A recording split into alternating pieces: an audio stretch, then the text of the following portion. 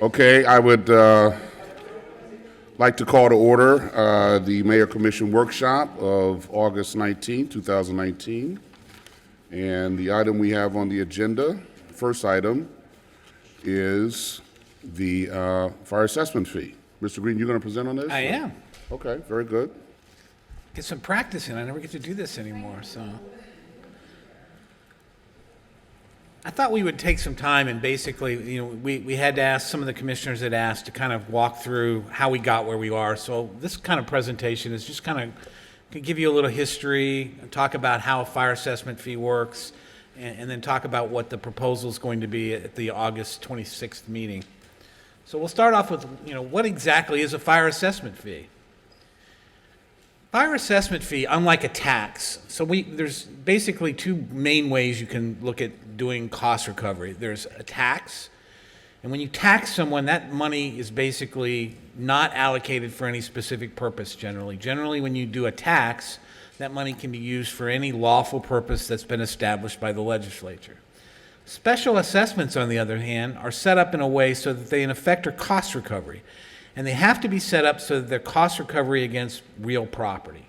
So, for example, you couldn't have a police fire fee, or excuse me, a police service fee, because generally what the police do is they generally respond to incidents, they deal with people, not necessarily property owners.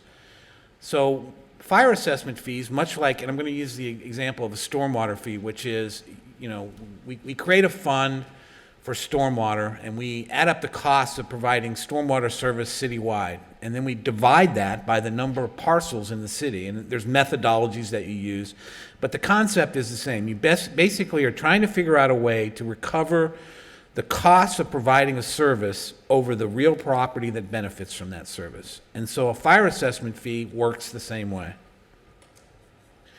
So again, it's not a tax.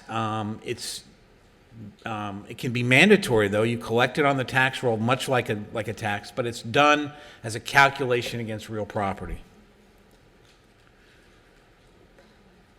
And so again, this particular slide just talks about the concept of why a fire assessment fee is lawful, because it's providing fire service, and you're taking the cost of providing that fire service and dividing it by the real property that it benefits. So why charge one? Why not just do a tax? You've probably seen this slide before. This is one of my favorite slides, because when you look at our budget every year, not a lot of people realize that the total cost of just the police and fire spending in the city is around now $108 million. And the total property taxes that we collect citywide is only $82 million. So there's a $25 million gap between all the property taxes that are generated citywide and just the cost of providing police and fire. It's a very, very difficult situation. A lot of cities face this, and that's what we have to deal with when we look at how do we fund the city and make sure that not only police and fire get taken care of, but the city as a whole. So what a lot of cities do, we're not unique in this, is that they supplement the fire department budget by trying to recover some of the costs of providing fire service against the properties that benefit from that. So this is an example of several cities. I will tell you, for the cities that we've looked at, we have one of the lowest. Even with the proposed rate that we're going to talk about in a little bit, we will still be one of the lowest with respect to fire fees. Now, one of the things one of the things that pushbacks that I've heard in some of these meetings are, well, the county doesn't charge a fire assessment fee. Why do we have to do that? Realize that the county fire department has 3.5 mils of tax revenue specifically dedicated for that service. So if you live in an unincorporated area or an area that the county fire service provides you service, you get in a tax on your tax bill for 3.5 mils specifically to cover fire services.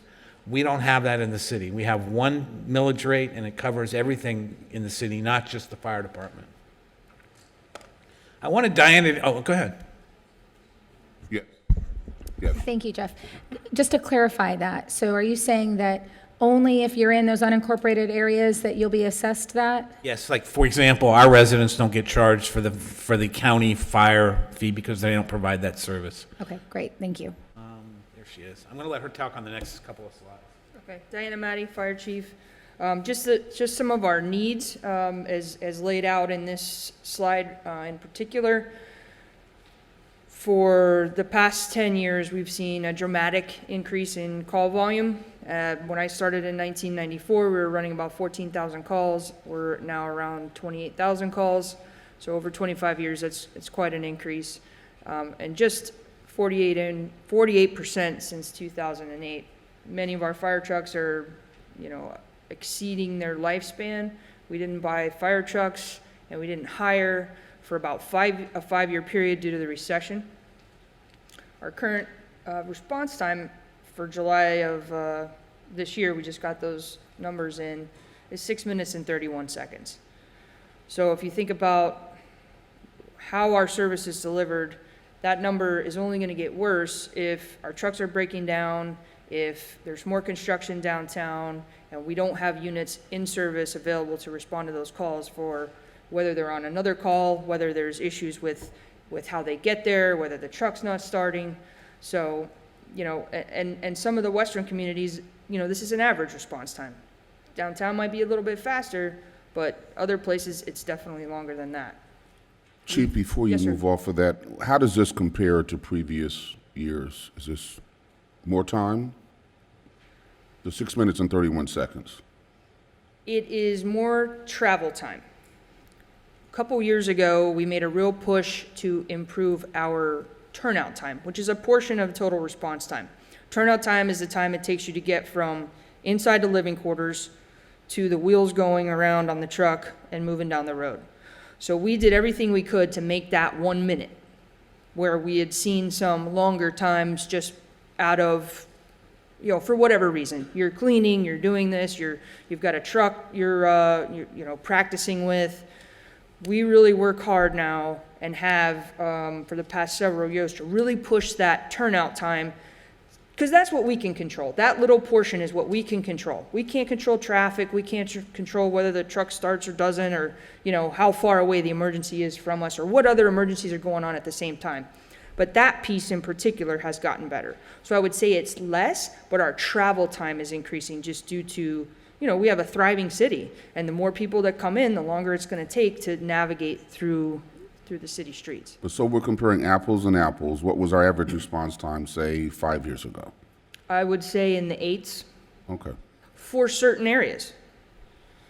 If you're talking about the western community where we didn't have Station 9 in service at Roebuck and Haverhill, that was a previous area that was underserved, and the population's increasing, and the department saw a need under Chief Cabrera to put a station in service out there, and we did. And in just that area alone, by putting that truck in service, we saw a 2-minute improvement in response time. Thank you. Yes, sir. Mr. Mayor, Yes. so quick follow-up to that. Does that response timing, does it take into account calls that are within our city, or does it also take into account calls that are outside of the city through the automatic, response through the county? It incorporates Mangonia Park, since we deliver service to them as their primary. However, we get the reports from Palm Beach County Dispatch just in our city. We can assess those outside of city limits when we're providing mutual aid, but these are specific to inside city limits. Okay, and just one follow-up. If I understand correctly, we're regularly called outside of our city through that automatic response closest unit dispatch through Palm Beach County, correct? Correct. There are certain service areas, for example, Gramercy Park, Golden Lakes Village, where we are first due, even though it's county area. But that's part of the location issue. We can't just drive past a call that's across the street from the fire station just because it's in the county. So, I understand. yes, Thank sir. Any other questions? Okay, so aging fire station. So Station 4 was just completed. It's now in service. That was built in 1960. So that's been something that has been in the works for a long time. Station 8 was an area that we've been running in a trailer for over 12, 13 years. Finally have a hard station out there. we have not had a training facility since I've been on the job. So they sold it in the early 90s. I started in 1994 and we were training in the road. We're still training in the road. So it's rather dangerous. We have to find little corners of the city that, you know, there's not a lot of traffic, cone it off. And the old training facility is over at Okeechobee in 95. It's a tower. So the DOT bought that years ago. So we haven't had a fire training facility. And again, we have to meet the needs of this growing city because we have to deal with so many more things than we did when it was just a fire department and we ran car accidents and some medical calls and kind of handled a normal city call volume. Now, the city has done a great job of, you know, developing and economically to be a thriving city. We have high rises. We have, you know, the president is visiting the town of Palm Beach regularly, and we have all of the other issues that come along with that on our side of the bridge. Not to mention the special events. They've increased 300% in the last several years. So every special event that has, you know, certain parameters gets medics. So, you know, we're trying to keep pace with something that's ahead of us. So, any questions on this? So one of the things we're trying to do as to meet those needs and to keep pace with what's going on in our world today is to improve our ISO rating. It's like we were a C student, we applied, we made some improvements, we became a B student. Our goal is to be A students. We want to be a class 1 fire department. And that says that we have great staffing, our stations are in the right locations, we don't have a bunch of areas in our city that are underserved, and that's going to result in less response time, so we'll be able to get to the calls faster, and lower insurance rates for the community. So what ISO is, the Insurance Services Office rates a fire department, and your homeowner's insurance, your business fire insurance is based on that ISO rate and the proximity to hydrants. So if we go from being a C student over a 3-year period to now being, what we're striving for is to be A students, you know, you're going to see, I can't tell you exactly what that number will be, but you'll see a reduction in your insurance. That's the goal. You can see where we were before 2017 in the 70 to 79. We're currently in the 80 to 89 percentile and then, or points, and then our goal is up at the top. Thank you, Chief. And I'll echo that. I mean, again, the whole purpose of why this fee makes sense is so that we can create a fire network, a fire department that keeps our insurance rates low and protects the community. And that's, again, why this is so important. Yes, Madam President. Thank you. Quick question about the insurance.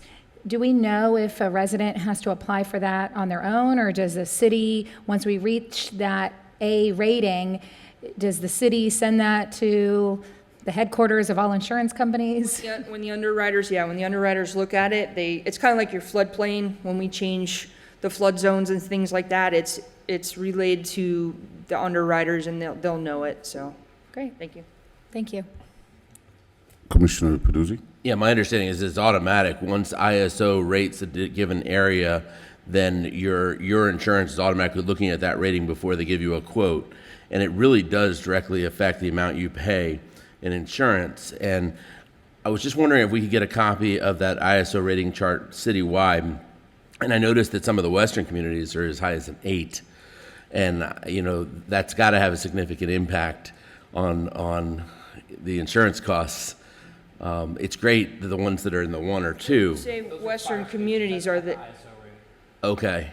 oh, were you talking about that Was previous that, slide? yeah, what was that previous slide? I saw. Fire station. That's the number of the Okay, fire never- station. I okay, didn't have good. a clip art with a cute little firehouse on it. I was thinking when I first glanced at it, those are the ISO ratings in those different areas. No. Okay. That's the thank you. number of the fire station geographically. So geographically, does the ISO rating differ from those individual areas in the city, or the city as a whole have an ISO rating? The city as a whole is a 2, and then there's sub areas that are a different grade on the other side, and that has to do with distance from a paved road and distance from a fire hydrant. Okay. So it kind of depends. Okay. Most of our city has a good hydrant system, and most of our city is on paved road, Okay. Thank you. especially in Ibis, paved roads. Thank you. That's a relief. Plug for Ibis there. All right, so how is the charge determined? So now that we know that we can charge it, how do we actually do the calculation? Well, basically, you start with figuring out service delivery. You take the fire department budget, and I'm going to break this down in the next slides. This is kind of a summary. You take the call data, and you break the call data down into the type of business it is. Is it residential? Is it commercial? Is it industrial? And then you divide it out. It's not a hard calculation when all's said and done. So the first step is to break up the fire department budget, because as I told you, special assessments have to be beneficial to the property. So pretty much half of what the fire department does is EMS related, which is taking people to the hospital and back and forth. So we take that portion of the budget away. So as you can see in yellow, that leaves about 54% of the fire department budget. And it's about $20.5 million that is the assessable cost that theoretically you could charge through a special assessment or a fire assessment fee. You also look at the capital costs that you've incurred related to fire prevention, not EMS. So when you look at fire trucks, you look at equipment that's specifically designed to benefit fire prevention, and you look at the fire stations and what those cost. And I'll come back to this in a little bit. Then you take the call volume, and we did a study back in 2015. We did a study in 2008. We revised it again, and these are the percentages that you can see of the call volume. So if you have $20 million worth of assessable costs and 54% of the calls are residential, 54% of the costs of the fire assessment fee will be borne by the residential user. So that's the calculation here. Now, again, it's kind of hard to see, and I don't go into a lot of detail, but this basically takes what I've just said. It takes the $20.5 million, it divides it out by the type of property, and says what the maximum fee you could charge is. You don't have to charge the maximum. You don't have to recover all $20 million, but the study would allow you to go up to that amount to recover those costs because you can prove how they were set up and who benefited from that service. Right now, our current rates... Mr. Green, if you don't mind, Commissioner Schoaf has a question.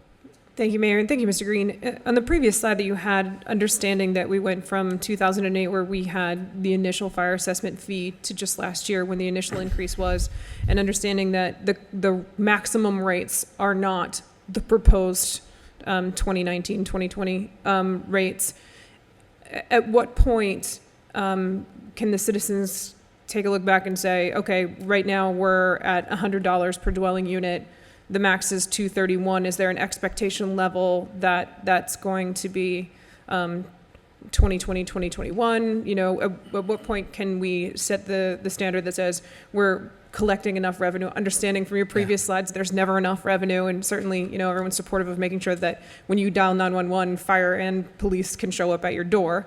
But from a standpoint residentially, and I add another caveat that in some of the historic neighborhoods, I personally have 2 dwelling units on my home, and so, you know, that will double the fire assessment fee for some.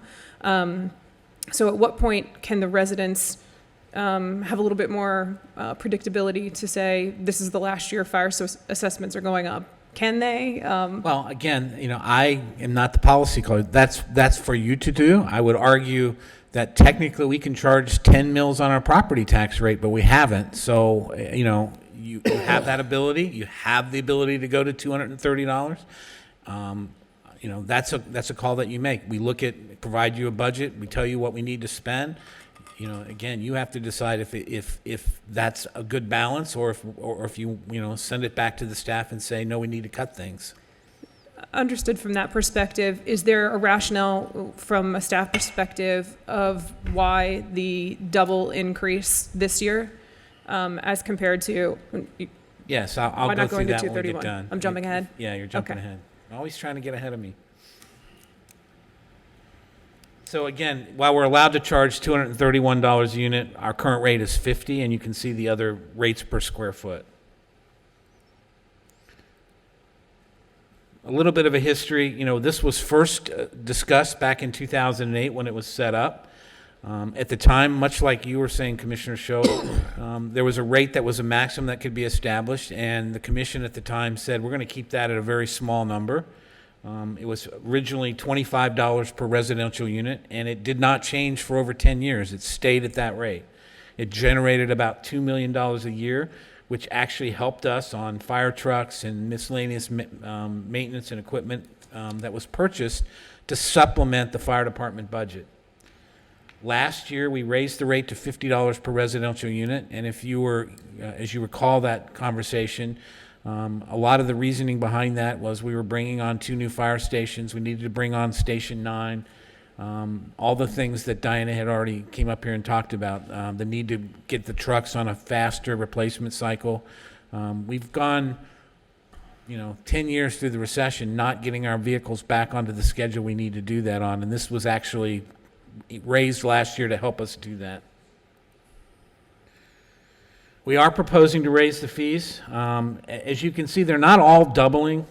For example, the industrial warehouse space is actually proposed to go down, and that's a basis of when we do the new calls for service calculation, that particular category had less as a percentage. So while we're increasing the rates, we have to do it in the proportion of the call volume. So if you were to approve this, for example, the industrial warehouse space number would actually decrease, and I'll show you that in a little bit. We took some basic examples of what this would mean to the individual property owners. You can see that the commercial rate would go from $300 to $515. The industrial warehouse owner would go down about $20. The institutional would go from $800 to $1,230, and the nursing home number would be very large, $10,000 to $18,600. Now, we get asked this every year, and I will answer it again before you ask, which is we can't play with these percentages. If you want us to increase the fee, the way it works is this is how much we collect now, this is how much we'll collect in the future, and you have to divide it back by raising the rates equally. You can't, for example, just say, well, we're not going to do nursing homes. You have to do it in that proportion. 2018 fire assessment fee raised about $4.2 million. After early payment discounts, we collect around $3.9 million. The proposed fee will double that, not quite double it, go from 3.9 to 6.9 million a year. Now, I gave you don't have it in the presentation, but one of the questions you asked, and I'm going to apologize how complicated it is, but this just is the way our accounting works. Basically, the fire assessment fee is used to actually pay for equipment. And because we borrow money to buy equipment, we borrow money to do fire stations, this money basically comes into the fire assessment fund and gets allocated to, for example, if you look at the sheet here, 2012 leased fire vehicles principal. Well, that's fire trucks that we bought on lease that we are now repaying with the fire assessment fee. The same for fire station 4, 5, and 8, and that'll also be true when we do station 9. The bottom line is from the slide that I showed you previously, which I will go back to.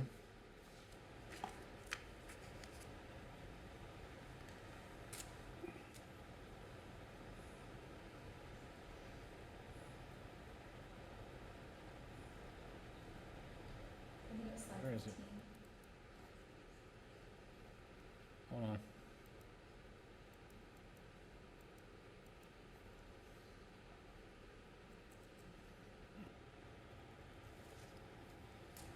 That slide. Exactly what you said. Even by raising this fee to the amounts that we're talking about, even generating $6-7 million a year in fire assessment fees, we still won't be covering just the capital costs, not even getting into the discussion of the service costs, the operating costs of providing fire protection to the properties in the city.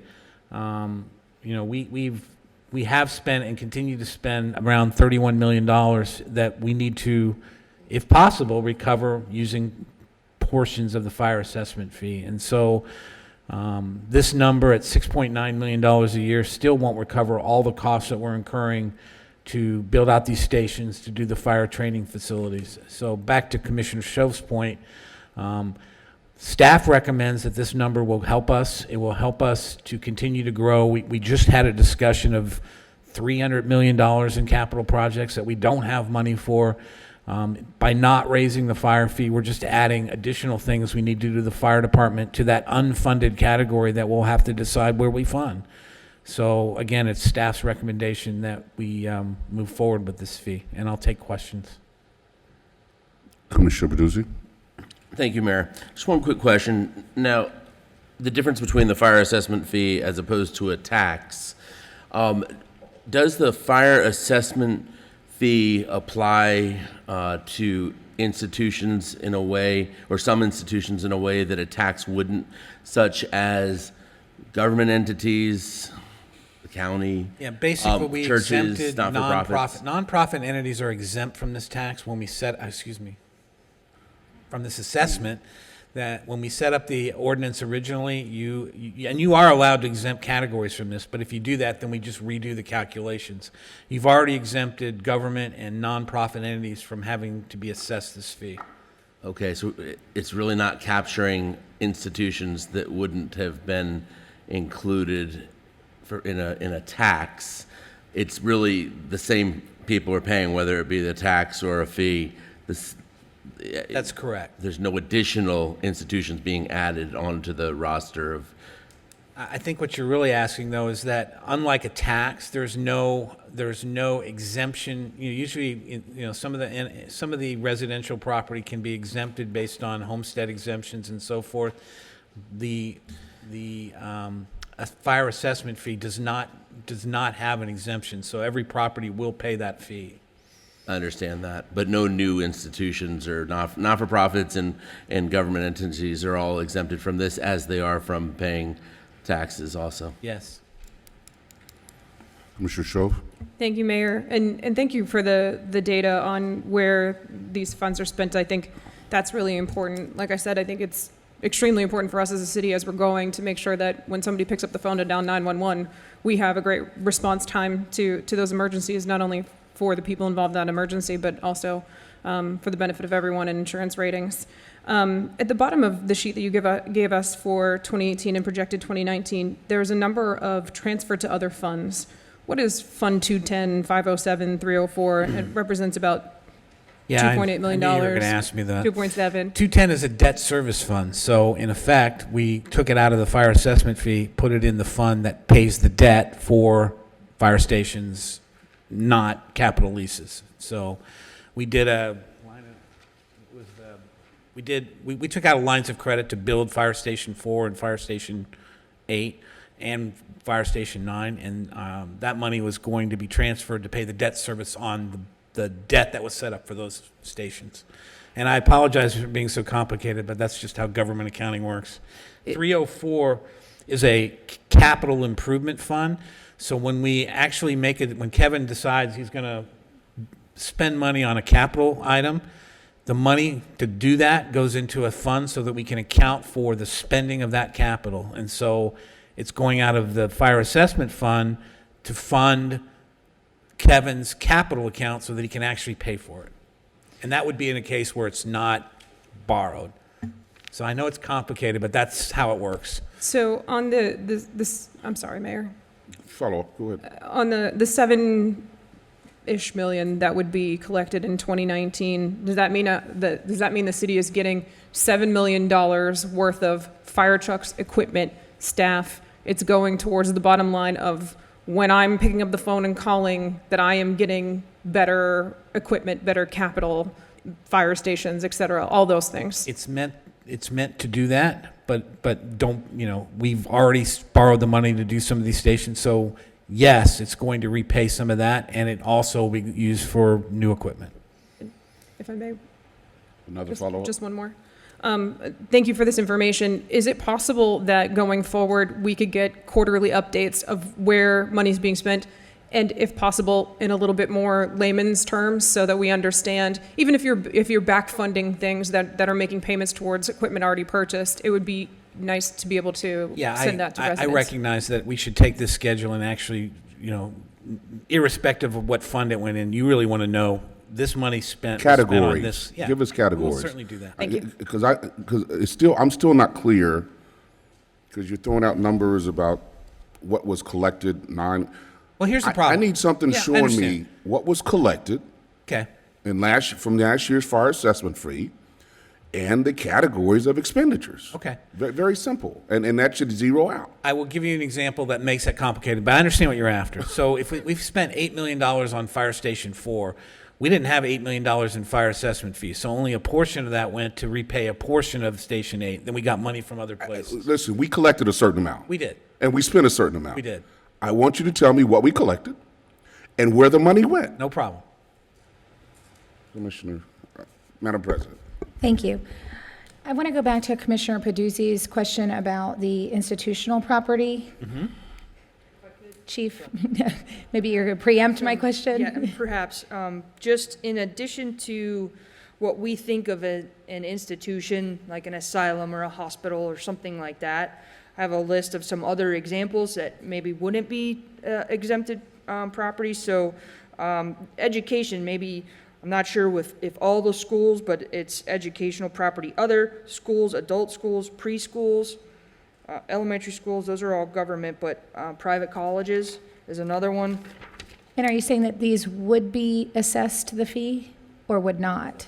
I would say, I don't know, but we would have to look on the property appraiser, but these are examples of things, like, I would imagine the courthouse is one of those exempted properties. However, a private preschool in the south end, you know, I would say would be taxed. Some others are substance abuse recovery centers, development disability facilities, hospices, clinics, infirmaries, clinic types, so what do they call them, urgent cares, those types of things are institutions according to the letter of the law. Thank you. I just wanted to clarify because I cannot remember which meeting it was at, but there was a community meeting where it was asked about institutional property. It was asked, I don't even know if it was asked. It was shared with us that properties who don't pay property taxes would still be assessed this fine and would carry their fair share, and that was used as a reason to justify this fee. So that is not the case? I'm kind of Sorry, confused I on the know. question. Well, so certain properties that don't meet the homestead exemption, for example, someone who's had a condo for a long, long time and it's not worth $100,000, they wouldn't pay property taxes, but they would still be responsible for the fee. Yeah, I guess it was that at a community meeting, it was shared with us that there are some properties that don't pay taxes and not homestead exemption related, but Okay. churches, nonprofits, but that do get fire services, and that this would be a way for them to help offset some of those services because they don't pay taxes that also contributes towards the payment of those services. So unless I just they- want to clarify, they still would not be paying the Unless fee. they change their business type, since last year's taxes, it would be the same people getting the assessment. Okay, Al- okay. Although if you are homesteaded, you still pay this fire We assessment. do. Maybe that's what they were talking about. I will get you a list so that you can see a more clear list of who's exempt and who's not, because it is a little confusing, because as she said, like, a daycare may be an education facility, but it's not exempt from this tax. The government of, the county doesn't pay it. Okay. I had another question unrelated to that. Okay, let me go back to a question I had. When can we get that statement I asked for? Oh, I'll have it the next day. I'll get it to you well before the hearing. Thank you. Yes. I had a question about the $231 that you're saying we could assess based on the study. Yes. Is that, I'm glad you're on this slide actually right here, is that a derivative of this amount that 31 million? See, How did we get to that 20 231? The $20 million number is the allocation of, is a 5-year average of capital costs and operating costs that would be allocable to providing fire prevention services. And that's the number that the study came up with that said, if you look back and you look, at what we spent over the last 5 years, this is the average cost to provide this service. That's the number that we're dividing out to come up with the maximum. You have to do studies, much like you do for stormwater. You have to do a rate study, in effect, and that's how that was determined. Any other questions? Okay, you can continue. Is that it? That's it. August 26th is the hearing date, 5 p.m. And we will provide that schedule to you as soon as we can. Thank you. Okay, thank you Mayor, very much. Yes. I didn't realize we were finished, so before we finish, I just want to clarify, just because we all have constituents that are coming to us saying that they're absolutely against, this fee, that we already, pay enough in taxes, and I look and I see the list that you all put together that indicates that we're among the lowest of those that you've looked at. I think there's a number that you probably haven't looked at, those departments that are right around us, such as Palm Beach County, such as some of the departments in our immediate area, municipal departments. Can we say to our constituents that we are unique in the fact that we have burdens on our department that other departments don't have because of us having a dynamic downtown and because of maybe the fact that we do have so many public not-for-profits, government entities as the county seat that those other cities don't have, which makes something like this necessary that may not be necessary in other municipalities? Absolutely, Commissioner. We have 2 railroads, interstate highway. We back up the port. We're first due hazmat to Mar-a-Lago, Port of Palm Beach. We have a unique situation in this city. We have every 3-letter acronym government agency that you can imagine, federal, state, county courthouses.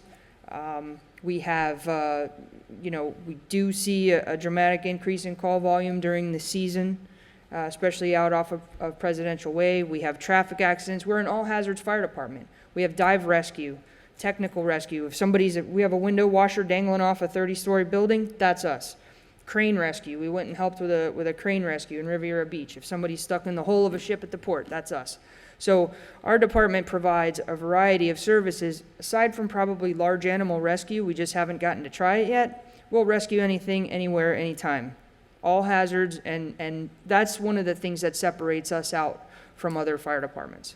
If I could follow up, we're one of the few agencies that has a hazmat, capability, correct? Yes, sir. There are 4 in Palm Beach County that are funded through, partially by Solid Waste Authority, and they're geographically broken up. So Palm Beach County has 2, West Palm Beach has 1, and Delray Boca share another one. Thank you. Yes, sir.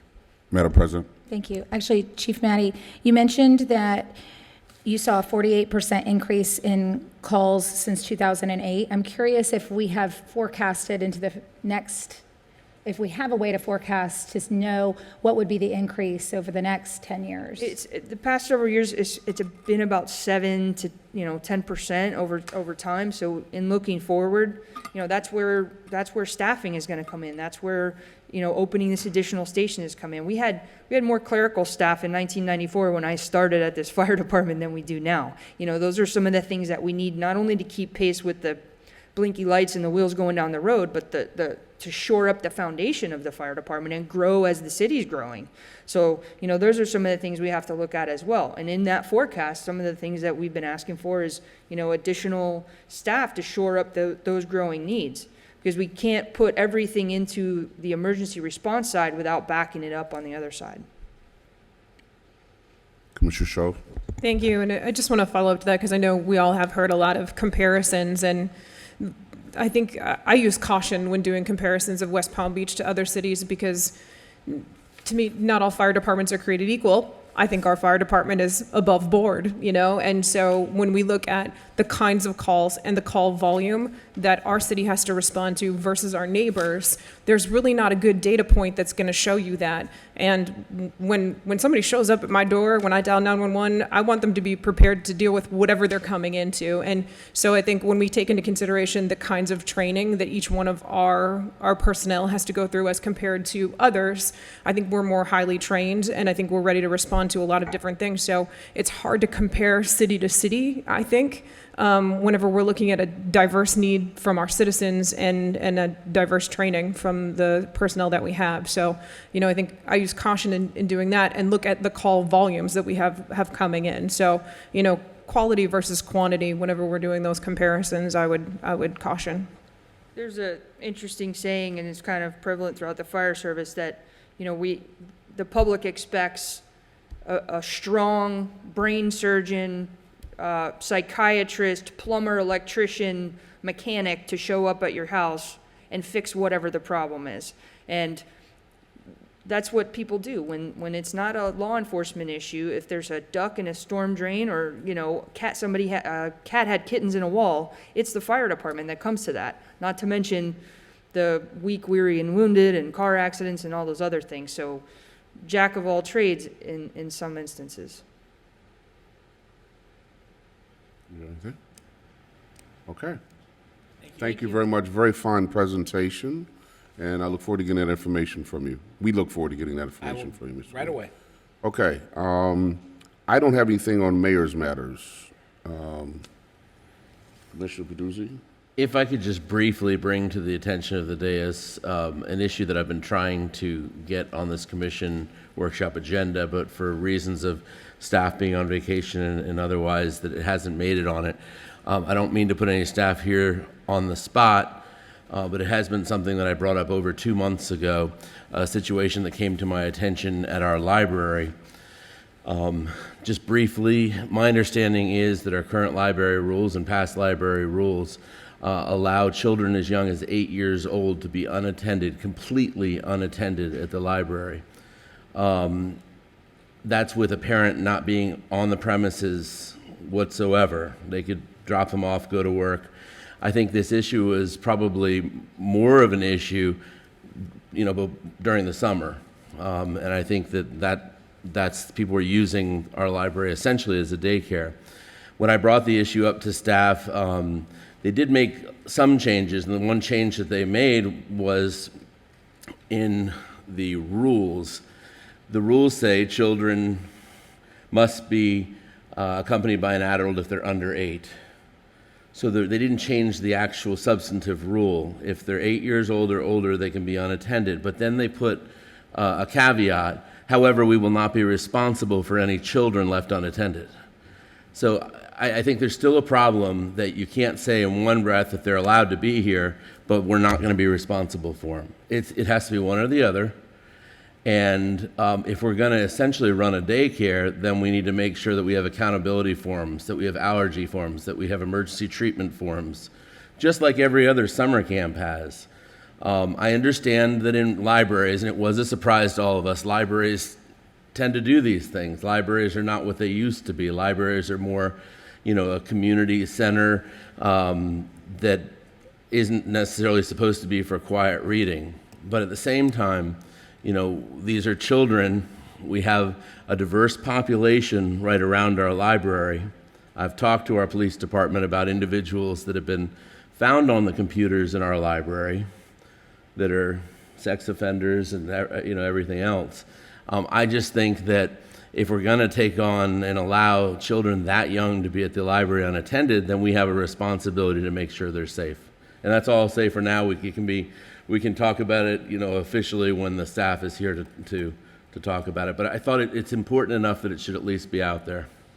All right, we'll get that on the agenda. Mr. Fana, did you want to speak to that? Yes, good morning. Armando Fana, Assistant City Administrator. We looked into this particular issue, and actually our policy is consistent with policies across not only the state but across the country when it comes to unattended children. Actually, in some cases, there was some libraries in other parts of the country and the state that are more liberal in terms of what they allow. And the way it's viewed nationally is very similar to a park. A child can walk into a park, a neighborhood park, and go in a playground unattended. The city does not take responsibility for an unattended child going into a library or a park, unless in this case they're below age 8, in which case then authorities would be called. Asking staff, I think they could think of like one incident in the past 10 years where there was a child that young that was in the library where we called authorities to locate their parent. But a lot of these kids, they make it to the library from the north end, let's say. They'll take the bus, they'll walk their bike, and because their alternative for them is unaccompanied on the street or unaccompanied at home. And so we do have the area on the 3rd floor that's strictly for children. Unaccompanied adults are not allowed in that area. They're told to leave if they're in that area without their child or the child that they're responsible for. So I had the initial response that Commissioner Verduzzi did when I heard about that, but once we started researching it, it's just common practice throughout the country. Madam City Attorney, are we aware of any potential liability to the city as a result of this policy? And you don't have to answer me now, but that's one thing that comes to mind immediately. And I don't know if we could find out whether other jurisdictions that have similar or even more liberal policies have encountered any liability problems. We'll certainly look into that and report back to you, Mayor. Yeah, All right. I will add that City Attorney's Office and RISC both also review Yeah, this. yeah. Whoever can weigh in on it. I think Yeah. we should have that information available when we do put it on the Mayor Commission workshop. Right. And Mayor, just briefly, my understanding is the county is more restrictive, that there actually is an older requirement that if they're 8 years old, they have to be accompanied by a parent who on site, somewhere on site. And my understanding also is that there are no, I mean, I've looked at a bunch of different cities. I haven't found anything more liberal than our policy, but I have found many that are similar to our policy. But I think I'll that send you one. we have a unique environment, though, and I just want to make sure that kids are safe, you know, and Yeah, and I don't want to litigate it here. I just want to make sure that when we have the discussion, we have the information available. So if we can see what other cities in the county are doing, what the county's doing, and if we can have some information about either whether it's from risk or whether it's from legal as to whether there are any potential liability concerns, and then we have that information available when we do schedule it. Yep, we'll have Does that make sense? We'll have that, yep. Okay. thank you. Do you want to say something? Yes. If I may, Mayor, thank you. And I think this is probably just a portion of the larger conversation. To your point, children are coming here to the library, and the alternative is being somewhere else, whether that's on the street, in their neighborhoods, unattended. You know, parents aren't dropping their children off at the library because they want to go to the beach for the day. They're dropping their children off at the library. Kids are taking the bus because their parents have to work, because we have, I think a larger concern that needs to be addressed and probably, comes across your desk every day at Community and Housing. And so maybe there's a larger conversation. Obviously, there are some liability issues that need to be addressed for the library specifically, but perhaps the opportunity is there for the larger conversation about why this issue exists and what we can do to address the issue and not just the symptom, as is the case here. Commissioner? Thank you. Actually, another topic, if I Oh, okay. may. Do we finish that on this? So we'll agenda it, and but meanwhile, let's get that data so that we can present that at that discussion. Okay. Yes, Madam Thank you, President.